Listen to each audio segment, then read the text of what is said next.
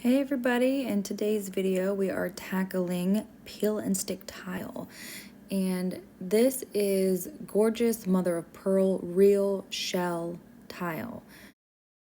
There's a number of brands, but this one is Kasaro, Kasaro, and we actually purchased it on Amazon. The materials you need for this video, or the recommended ones, are white caulk, clear caulk, either scissors or a utility knife, some tile nippers, and painter's tape or masking tape is also really helpful, but not 100% necessary. And if you have rubber gloves, they may also come in handy for that clear caulk. And last but not least, a screwdriver if you're dealing with any outlets.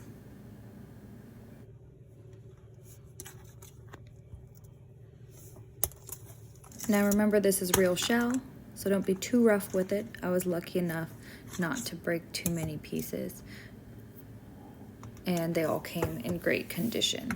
So what I'm doing right now to start is I'm just laying my pieces out to make sure that they fit on the wall as a pre-measurement. You really want to maximize your tile, so making a plan for the minimum amount of cuts possible will make sure that you get the best look. So it's really just like a thick double-sided tape almost that's on the back, but it is really sticky. So when you go to apply, you want to make sure that you take your time and line it up really well. You can take it back off, but it may take off some of your paint, some of your wall, and that might mess up the stickiness. I've had to take off some of it before, but not much. So I'm lining it up, being really careful. And then once I get it where I want, I'll be rubbing the center first and then working my way outwards to the edges. And that's what I'm doing here.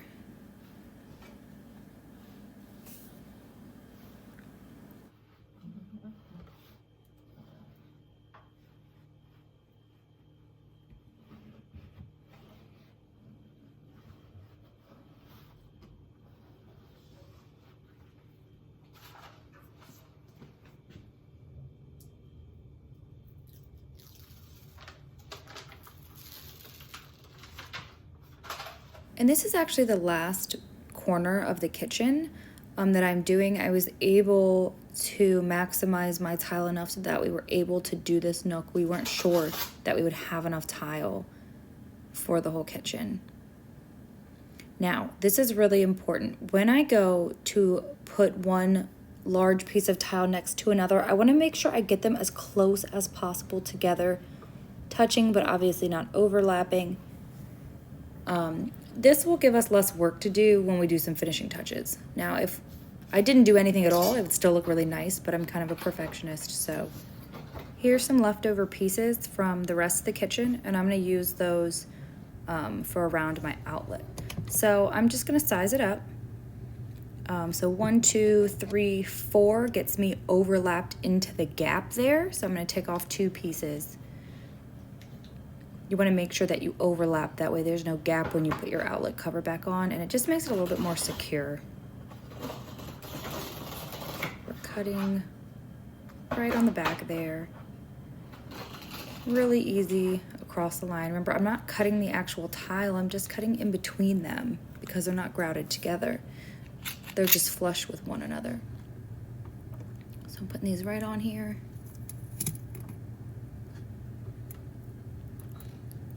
I want to make as little cuts as possible to avoid gap lines and just to keep it sturdy.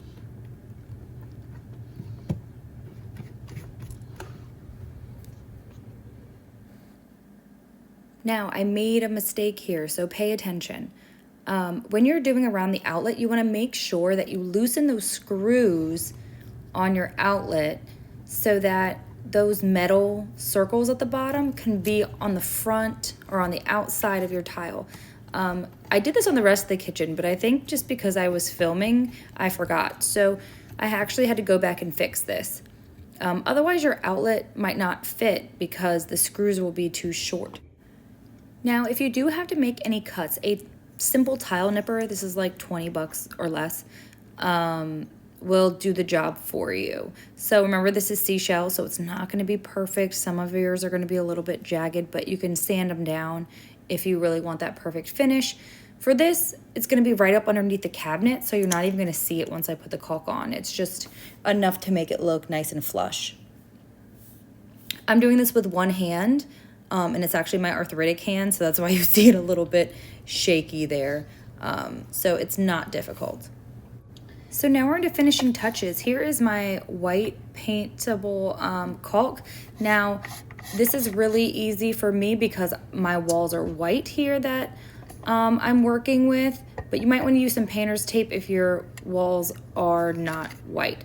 So this little lever in the back is what tightens and loosens my caulk.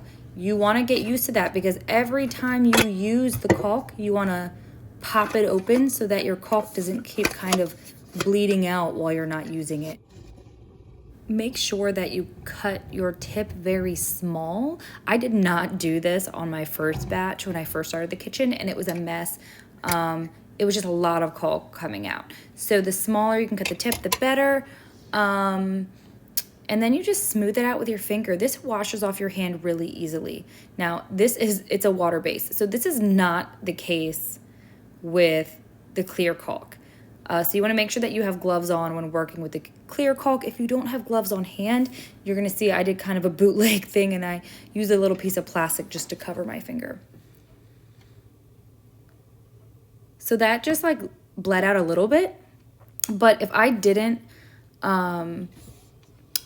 tap the back, then it would have been kind of bleeding out the whole time, like frosting.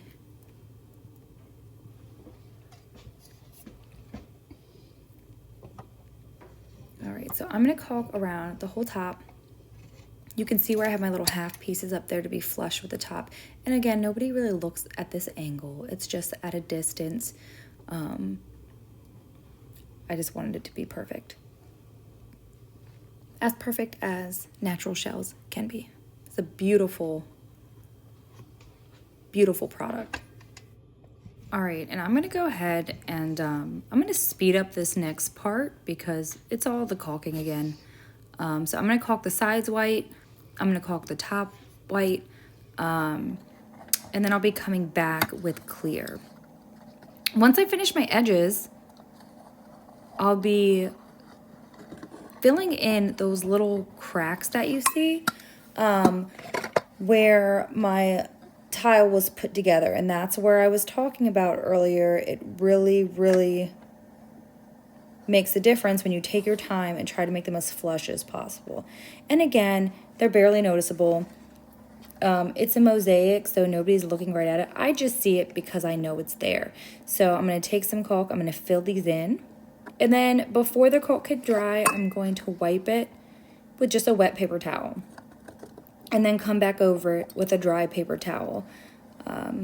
Do not let it sit there and dry. So I'm gonna smudge it on here, smudge it with my finger again, wet paper towel, then dry paper towel. And you can also see here, if you take a look at my outlet, that I didn't notice yet that I did it incorrectly. So it had adhered pretty good to the wall before I had to kind of slowly peel up the edge of the other tile and loosen up those screws and kind of pop it underneath. See, they're still tucked in there real tight behind there. So now I'm wiping it down, making sure that there's no film residue on the outside of my beautiful shells. Again, this product was Casaro. There was a lot that look exactly the same. I just looked at reviews.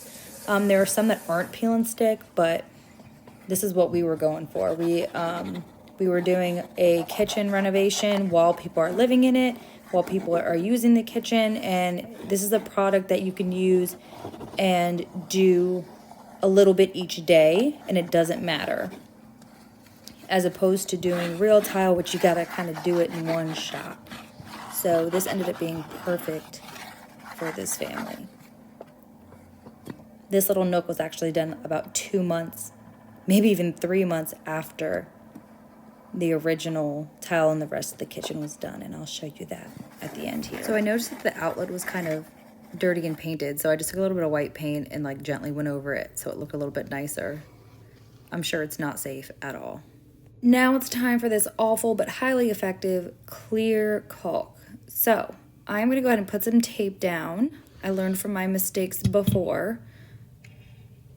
And we're gonna go ahead and caulk this corner here, caulk those edges.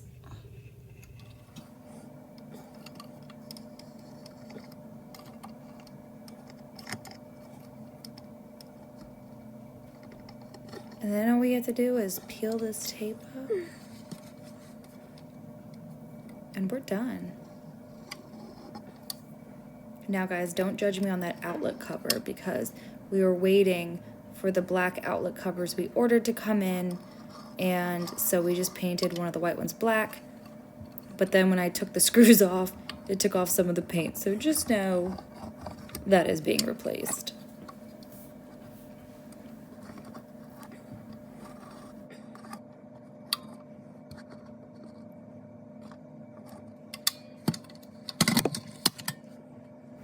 If you found this video helpful, please hit that like button and subscribe for more videos.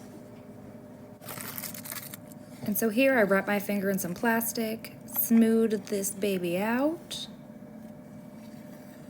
and then all there is to do is rip off the tape. I'm telling you, if you get this stuff on your skin, it's pretty gross. It's really rubbery, it's hard to get off.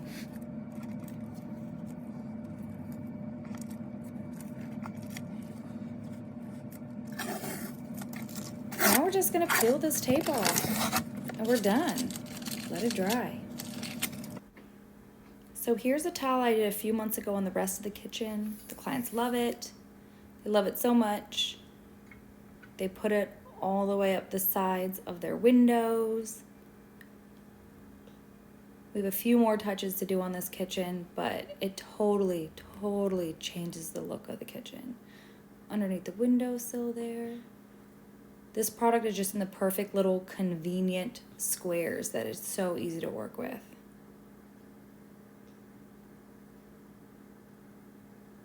Beautiful.